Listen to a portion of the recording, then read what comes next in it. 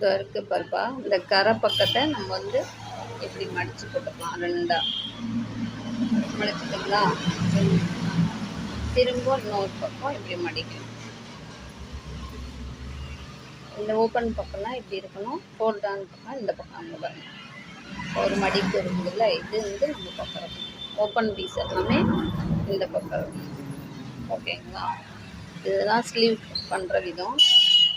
இப்போ கையோட உயரம் வந்து நம்ம பார்த்துடலாம்.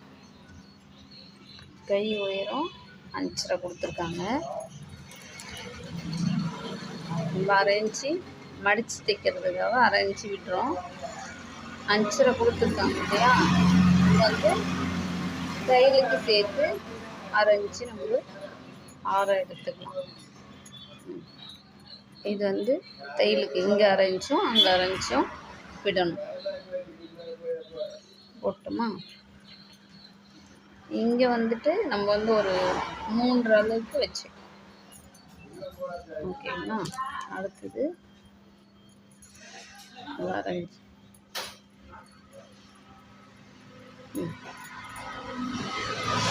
ஓகேங்களா? இப்போ கட் பண்ணி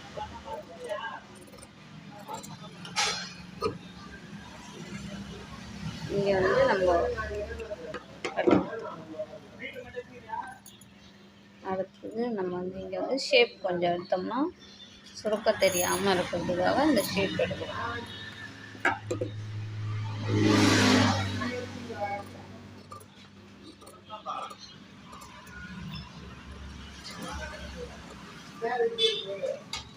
இங்கே முன் பக்கத்துக்கு மட்டும் இது மாற்றி தைக்கக்கூடாதுன்றதுக்காக இந்த அடையாளம் வைக்கிறோம்.